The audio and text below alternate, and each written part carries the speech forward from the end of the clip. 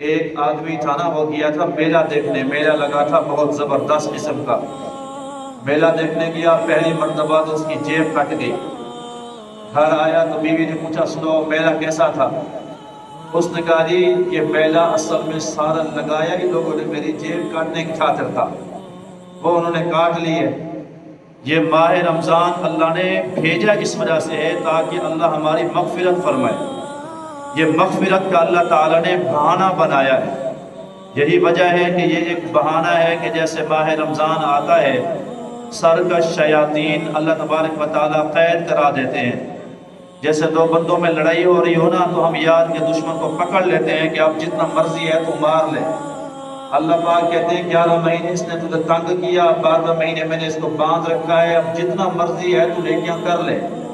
اللہ تبارک و تعالیٰ نے روزے دار کو یہ اعزاز عطا فرمایا ہے کہ روزے دار کے لیے بلوں کے اندر چیونٹیاں، دریاؤں کے اندر مچھلیاں، ہوا کے اندر پرندے روزے دار کی مغفرت کی دعا کرتے ہیں۔ روزے دار کو اللہ نے یہ شرف نصیب فرمایا ہے کہ روزے دار جب روزہ رکھتا ہے تو یہ اللہ کے قرب میں آ جاتا ہے۔ روزے دار کو اللہ نے یہ شرف نصیب فرمایا ہے جب روزے دار روزہ رکھتا ہے تو یہ اس کو تشبہ بالحق حاصل ہو جاتا ہے، اللہ کے ساتھ اس کی مشابہت پائی جاتی ہے، جیسے اللہ کھانے سے پینے سے بیوی سے اللہ پاک ہے، روزے دار بھی کچھ دن کا حصہ کھانے سے رکتا ہے، پینے سے رکتا ہے، بیوی سے دور رہتا ہے۔ روزے دار جب روزہ رکھتا ہے تو اس کے منہ کی بو اللہ کے ہاں مشک و عنبر سے زیادہ پسندیدہ ہوتی ہے۔ روزے دار کو اللہ نے یہ شان نصیب فرمائی ہے جب سحری کے ٹائم روزے دار بستر چھوڑتا ہے تو وہ بستر بھی اس روزے دار کے لیے دعائیں کرتا ہے، اللہ پاک سے کہتا ہے اللہ اس نے تیری خاطر مجھے چھوڑا، تو اس کو مجھ سے اعلیٰ بستر جنت کا بستر نصیب فرمانا۔ اللہ اس کے بدلے میں وفرش مرفوعہ ایک بلند و بالا بستر نصیب فرمائیں گے۔ تم نے دنیا میں ماسٹر فوم دیکھے ہیں، پیورا کے فوم دیکھے ہیں، اللہ تبارک و تعالیٰ جو فوم اور گدا جو بستر عطا فرمائیں گے اس کی لچک زمین سے لے کر آسمان تک کے برابر اس کی لچک ہوگی۔ اللہ یہ روزے دار کو نصیب فرمائیں گے۔ جب روزے دار بستر چھوڑتا ہے پھر آ کر جوتا پہنتا ہے، جوتا پہنتے ہی وہ جوتا بھی روزے دار کے لیے دعا کرتا ہے، اللہ تیرے روزے دار نے صبح صبح اٹھ کر مجھے پہنا، قیامت کے دن تو اس کو پر صراط کے اوپر ثابت قدمی نصیب فرمانا، جس میں 1500 سال کی مسافت ہوگی، روزے دار چمکتا ہوا جنت میں داخل ہو جائے گا۔ جب روزے دار کے لیے سحری کا پروگرام ہوتا ہے، برتن اٹھائے جاتے ہیں، اس کے سامنے لائے جاتے ہیں، روزے دار کے لیے برتن بھی دعائے مغفرت کرتے ہیں۔ روزے دار کو اللہ نے یہ شان نصیب فرمایا، سحری کے ٹائم جب عورتیں اٹھتی ہیں سحری پکاتی ہیں، ایک مرد ہے جو قرآن پڑھتا ہے، ایک عورت ہے جو سحری پکاتی ہے، ایک مرد ہے جو جناب اس میں تہجد پڑھتا ہے، نوافل پڑھتا ہے، ایک عورت ہے جو اس میں روٹیاں پکاتی ہے۔ اللہ اس عورت کو بھی نماز تہجد کا اور قرآن کی تلاوت کا ثواب نصیب فرماتے ہیں۔ محبوب پیغمبر نے فرمایا کل قیامت کے دن وہ عورتیں جو سحری افطاری کا انتظام کرتی ہیں اللہ ان کو اماں مریم حضرت آسیہ کے ساتھ جنت میں داخلے نصیب فرمائیں گے۔ اللہ ان کو وہ مقام نصیب فرمائیں گے جو اماں مریم کو ملے گا، حضرت آسیہ کو ملے گا۔ یہ روزے دار کا اعزاز ہے کہ افطار کے ٹائم روزے دار جو دعا کرتا ہے اللہ تبارک و تعالیٰ اس کی دعا کو شرف قبولیت نصیب فرماتے ہیں۔ روزے دار دن رات کے اندر ایک دعا ایسی ہوتی ہے جو اللہ تبارک و تعالیٰ اس کی دعا کو فی الفور قبول فرماتے ہیں۔ روزے دار جب قیامت کے دن آئے گا اللہ تبارک و تعالیٰ اس کو اپنے عرش کا سایہ نصیب فرمائیں گے۔ اللہ تبارک و تعالیٰ دنیا میں جیسی نیکی ہوتی ہے قیامت میں اللہ جزا بھی ویسی نصیب فرماتے ہیں۔ دنیا میں نیکی اس نے کی ہے بھوک برداشت کی، پیاس برداشت کی، اللہ جب اس کی جزا شروع کریں گے تو اللہ عرش کے نیچے اپنے دسترخوان بچھائیں گے جنتی۔ روزے دار کو اللہ جنتی دسترخوان پہ عرش کے نیچے اللہ مہمانی نصیب فرمائیں گے۔ یہ مہمان ہوگا، اللہ اس کا میزبان ہوگا۔ عزیزو ہمارے ہاں بھی اگر کوئی مہمان آ جائے ہم اس کو جناب کھانا کھلائیں، دسترخوان پہ بٹھائیں، پھر دسترخوان پہ بٹھانے کے بعد ہم یہ نہیں کہتے کہ بھئی تم نے روٹی کھائی اب میری فلاں بات کا حساب دو، جس کو اللہ عرش کے سائے کے نیچے بٹھا دیں گے پھر اللہ تبارک و تعالیٰ اس سے حساب نہیں لیں گے۔ اللہ تبارک و تعالیٰ بغیر حساب کے جنت میں داخلے نصیب فرمائیں گے۔ جنت کے بھی پھر 8 دروازے ہیں، یہ نہیں ہے کہ جس جنت میں چاہے جس دروازے سے جائے۔ اللہ نے پروٹوکول کے ساتھ ایک مخصوص دروازہ بنایا جس کو باب الریان کہا گیا۔ اس باب الریان سے صرف اور صرف پروٹوکول کے ساتھ یہ روزے دار کو اللہ جنت کے داخلے نصیب فرمائیں گے۔ عزیزو، یہ ساری باتیں روزے دار کے لیے ہیں۔ یہی وجہ تھی کہ نبی کریم رؤوف الرحیم صلی اللہ علیہ وسلم جب اپنے پیارے صحابہ کو روزے کے فضائل سناتے تھے، صحابہ کی طبیعت مچلتی تھی اور روزے میں ان کا شوق بڑھتا تھا، ذوق بڑھتا تھا۔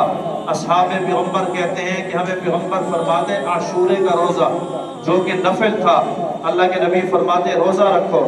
ہم سارے روزہ رکھتے تھے، اپنے چھوٹے چھوٹے بچوں کو نفل روزے رکھواتے تھے۔ جب دوپہر کا ٹائم آتا تو بچے بلکتے روتے تھے، یعنی اتنا معصوم بچے۔ پھر ہم ان کو سرخ روئی، رنگین روئی سے چھوٹے چھوٹے کھلونے بنا کر دیتے، ہم ان کو بہلاتے تو وہ چپ ہو جاتے تھے۔ آپ اندازہ کریں وہ بچے کس قدر چھوٹے ہوں گے جو روئی کے کھلونے سے بہل جاتے ہوں گے۔ اصحاب پیغمبر کے بچے بھی گرمی کا روزہ، نفل روزہ نہیں چھوڑتے تھے، چاہے جائے کہ ان سے فرض روزہ رمضان کا روزہ چھوڑ جائے۔ یہی وجہ تھی نبی پاک صلی اللہ علیہ وسلم کے ایک پیارے صحابی ہیں، دنیا ان کو حضرت ابو امامہ باہلی رضی اللہ تعالی عنہ کے نام سے جانتی ہے۔ یہ آئے پاک پیغمبر کی محفل میں، انہوں نے کلمہ پڑھا اور مسلمان ہو گئے۔ حیات الصحابہ جلد نمبر 1 صفحہ نمبر 149 کے اوپر یہ واقعہ موجود ہے۔ جب یہ واپس گئے، ساری قوم باہری قبیلے کے لوگ بیٹھے تھے، انہوں نے اونٹ ذبح کیا ہوا تھا، بڑے بڑے پیالوں کے اندر سرید بنا رکھی تھی۔ جاتے ہی پوچھا، ابو امامہ سنا ہے کہ تو نے باپ دادا کا دین چھوڑ دیا، معاذ اللہ بے دین ہو گیا؟ ابو امامہ رضی اللہ تعالی عنہ نے فرمایا، بے دین تو پہلے تھا، اب اللہ نے ہدایت نصیب فرما دی ہے۔ اب میں نے امام الانبیاء کے ہاتھ میں ہاتھ دے دیا ہے، کہا آؤ ہمارے ساتھ کھانا کھاؤ۔ آپ نے فرمایا یہ اونٹ تم نے بتوں کے نام پہ ذبح کیا ہے، جو غیر اللہ کے نام کی ذبیحہ ہوتی ہے وہ حرام ہوتی ہے۔ پہلے مجھے مسئلے کا پتہ نہیں تھا، میں نے کلمہ پڑھا ہے، یہ حرام لقمہ میں نہیں کھاؤں گا۔ چنانچہ انہوں نے کھانا کھایا۔ ابو امامہ نے ان سے پانی مانگا، بھی دور کا سفر کر کے آیا ہوں، مدینے سے آیا ہوں، مجھے پانی پلاؤ۔ انہوں نے کہا جس نے ہمارے باپ دادا کا دین چھوڑ دیا، ہم اس کو پانی کیوں کر دیں گے؟ پانی بند کر دیا، کھانا بند کر دیا۔ حضرت ابو امامہ کی دعوت پہ کسی ایک بندے نے لبیک نہ کہا۔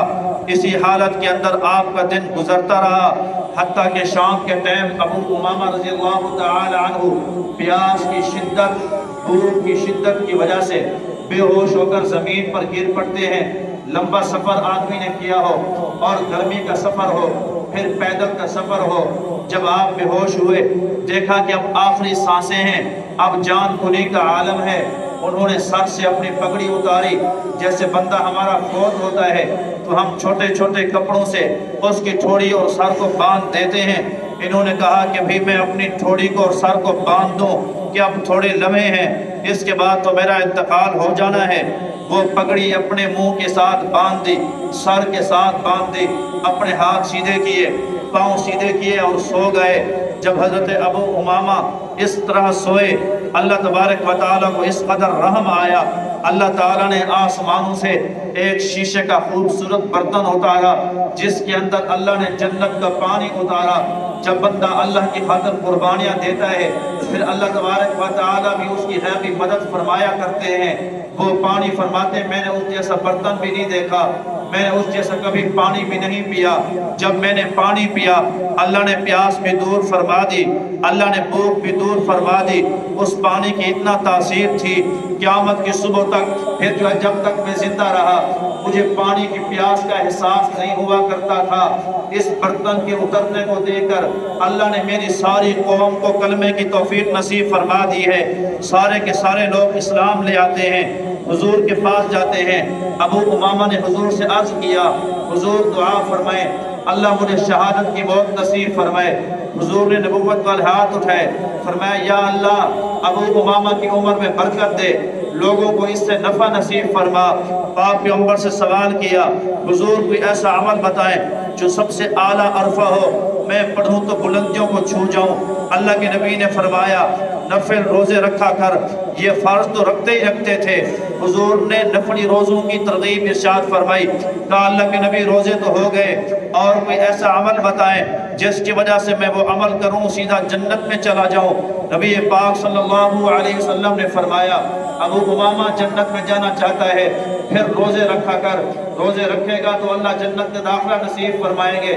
ابو امامہ کہا کرتے تھے کہ ساری زندگی پھر میں نے 5 دنوں کے علاوہ کوئی دن روزہ نہیں چھوڑا، ایک دن عید الفطر کا، ایک دن عید الاضحیٰ کا، 3 دن ایام تشریق کے جو عید الاضحیٰ کے بعد کے دن ہوتے ہیں، ان کے علاوہ میں ہر روز روزہ رکھتا تھا، کیونکہ حضور کے فرامین پہ ہمیں یقین تھا کہ حضور نے فرمایا تھا کہ روزے دار بندہ جنت کے اندر جائے گا، باب الریان سے جائے گا، بغیر حساب کے جائے گا۔ سیدنا سہیل بن سعد رضی اللہ تعالی عنہ یہ وہ عظیم صحابی ہیں جنہوں نے 40 سال اس قدر گزارے کہ عید کے دنوں کے علاوہ کوئی دن انہوں نے روزہ نہیں چھوڑا تھا۔ اصحاب پیغمبر اس قدر روزے کا اہتمام کیا کرتے تھے۔ عزیزان گرامی، سیدنا علی المرتضیٰ شیر خدا سب کہہ دے رضی اللہ تعالی عنہ، جب آپ سے پوچھا کہ علی دنیا میں آپ کو کیا چیز پسند ہے تو آپ نے فرمایا تھا پہلی چیز الضرب بالسیف، تلوار کے ساتھ جہاد کرنا علی کو پسند ہے۔ علی کا دل کرتا ہے میدان جہاد ہو، علی کی تلوار ہو، کافروں کی سروں کی منڈیاں لگا دو۔ فرمایا دوسری پسند یہ ہے، فرمایا علی کا دل کرتا ہے جو ہے وہ میں مہمان کو کھانا کھلاؤں، میں مہمان کو کھانا کھلانا بہت پسند کرتا ہوں۔ تیسری پسند پوچھی گئی، فرمایا الصوم بالصیف، کہ میں جو ہے گرمی کا روزہ بہت پسند کرتا ہوں، گرمی کا دن ہو اور علی کا حلق خشک ہو رہا ہو اور علی میدان جہاد میں ہو، علی روزے کے ساتھ ہو، یہ علی کو پسند ہے۔ اصحاب پیغمبر گرمی کے اندر میدان جہاد میں روزے رکھا کرتے تھے، معصوم بچوں کو روزے رکھایا کرتے تھے۔ عزیزو اب میں آپ گریبان کھول کے دیکھیں کہ اللہ نے اتنے عظیم وعدے نصیب فرمائے، پاک پیغمبر نے اتنے وعدے نصیب فرمائے۔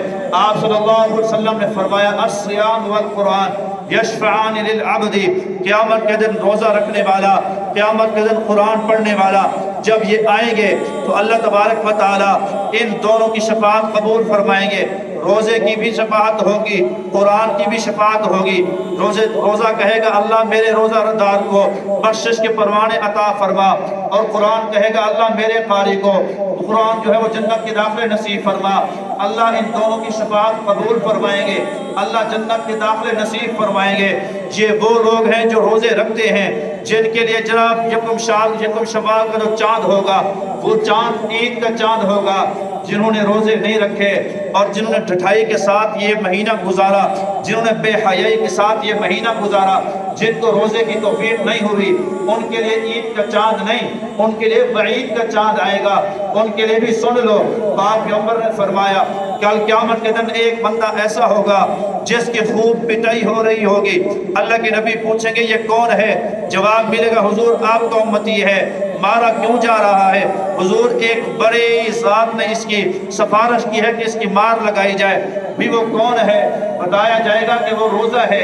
روزے نے آ کر اللہ تبارک و تعالیٰ کو اس بات کی درخواست کی ہے، اللہ اس نے میری بے حرمتی کی تھی لہذا اس کو پکڑ سزا دے۔ حضور پاک صلی اللہ علیہ وسلم فرمائیں گے اور جس کی سفارت کرنے والا روزے دار ہو، روزے دار جس کا روزہ مدعی ہو، میں محمد اس کی شفاعت کیسے کر سکتا ہوں؟ فرمایا مارو اس کو اور جہنم میں پھینک دو۔ رحمت للعالمین پیغمبر بھی فرما دیں گے روزے خور کو سزا دے کے جہنم میں پھینک دیا جائے۔ عزیزو روزے دار بندے کا جنت میں داخلہ ہوگا، روزے خور کو اللہ جہنم میں داخلہ کروا دیں گے۔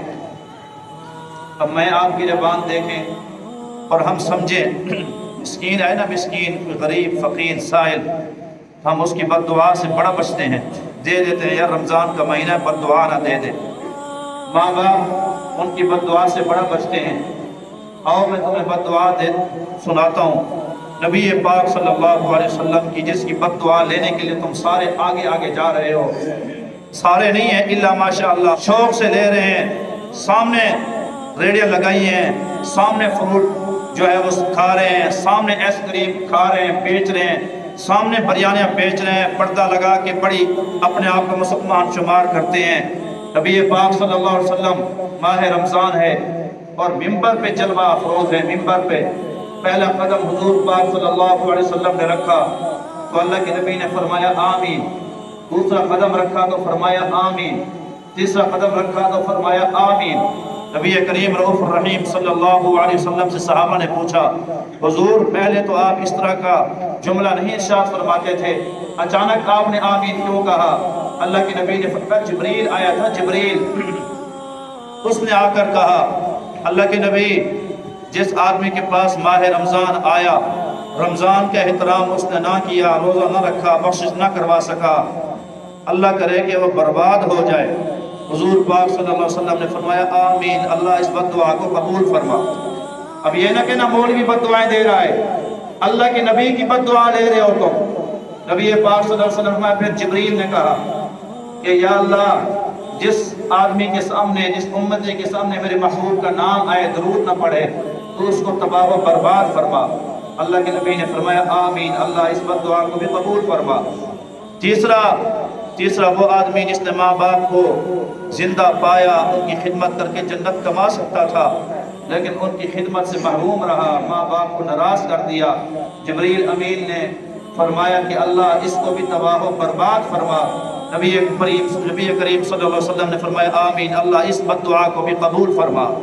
اب دیکھ لو کہ میں آپ کس دعا پہ جا رہے ہیں، یا بد دعا میں جا رہے ہیں، جنت میں جا رہے ہیں یا جہنم میں جا رہے ہیں۔ اور یاد رکھو اصحاب پیغمبر بھی لائے جائیں گے، تم بھی ان کے سامنے لائے جائے گو۔ تم اللہ کی خالہ کے بیٹے نہیں ہو، پھپھی کے بیٹے نہیں ہو، اللہ خالہ پھپھی سے پاک ہے۔ مقصد یہ ہے جو تم کہتے ہو اللہ کریم ہے، اللہ رحیم ہے، شیطان کا تمہیں دھوکہ ہے۔ اللہ کریم ان کے ساتھ ہے جو اعمال کرتے ہیں۔ یہ کیسے ہو سکتا ہے؟ اللہ کے عدل سے یہ بات بعید ہے۔ ایک صحابی لایا جائے جو بیچارہ اتنا بوڑھا ہو، بساکیوں پہ چل چل کے مسجد نبوی میں پہنچا ہے اور جناب وہ کھڑا ہے، کھڑا نہیں ہو سکتا، معذور ہے، وہ بساکیاں اپنی بغل کے اندر دبا کے کھڑا ہے اور جناب قرآن کی تلاوت تراویح شروع ہوئی ہے، وہ آدمی کھڑا ہے، رات کے 2:30 بجے اس کی تراویح ختم ہوئی ہے اور میں آپ کہتے ہیں فرض پڑھ کے نکل جائیں اور اس صحابی کے ساتھ سیدھا جنت میں چلے جائیں۔ شیطان کا تجھے دھوکہ ہے، کیا اللہ انصاف نہیں کرے گا؟ ایک معصوم بچہ ہے جو روزہ رکھ کے آیا ہے، دوسرا بندہ ہے جو روزہ خور ہے، دونوں کو اللہ جنت میں بھیج دے، کیا اللہ انصاف نہیں کرے گا؟ اللہ کا انصاف ہونا ہے، ترازو قائم ہونا ہے۔ تیرے بھی اعمال تلنے ہیں، اصحاب پیغمبر کے اعمال تلنے ہیں، بچوں کے اعمال تلنے ہیں۔ عزیزان گرامی، ایک ایک سجدے کے اوپر اللہ 2500 نیکی نصیب فرماتے ہیں۔ میں آپ دیکھیں کہ رات کو کتنے صدقوں سے، کتنا نیکیوں سے محروم جا رہے ہیں۔ وہ ایک مجوسی آدمی کا میں اکثر سنایا کرتا ہوں، مجوسی آدمی تھا، اس کے بیٹا آیا، رمضان کا مہینہ چل رہا تھا، گلاس پانی کا اٹھایا، پانی پینے لگا، اس کے باپ نے آ کر زور سے اس کو تھپڑ مارا، کہا تجھے شرم نہیں آئی؟ ماہ رمضان ہے، مسلمانوں کے روزوں کا مہینہ ہے اور اس کے اندر مسلمان احترام کرتے ہیں، اکرام کرتے ہیں، تو ان کے سامنے پانی پی رہا ہے مجوسی۔ یہ بات کی مرا، کسی نے اس کو خواب میں دیکھا تو وہ مجوسی جنت کی سیر کر رہا تھا۔ کہا بھئی تو جنت میں کیسے؟ مجوسی کا تو جنت میں داخلہ نہیں ہے، اس کے لیے کلمے کا ہونا ضروری ہے۔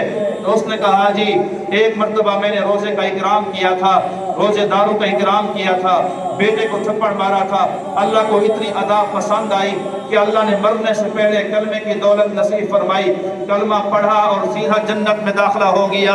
اللہ نے روزے دار کی اکرام کی برکت سے جنت میں داخلہ نصیب فرما دیا۔ ایک مجوسی کلمہ پڑھ کے روزے کی برکت سے جنت میں جا رہا ہو اور ایک مسلمان جدی پشتی روزے کی بے اکرامی کر کے جہنم میں جا رہا ہو، کتنا بڑا خسارے کا سودا ہوگا۔ عزیزوں کوشش کرو، جو ہو گیا اس پر توبہ کرو۔ 10 چیک گئے تم سے، 10 راتیں تم کی گئی تراویح، 10 روزے گئے، آگے اللہ کو منانے کی کوشش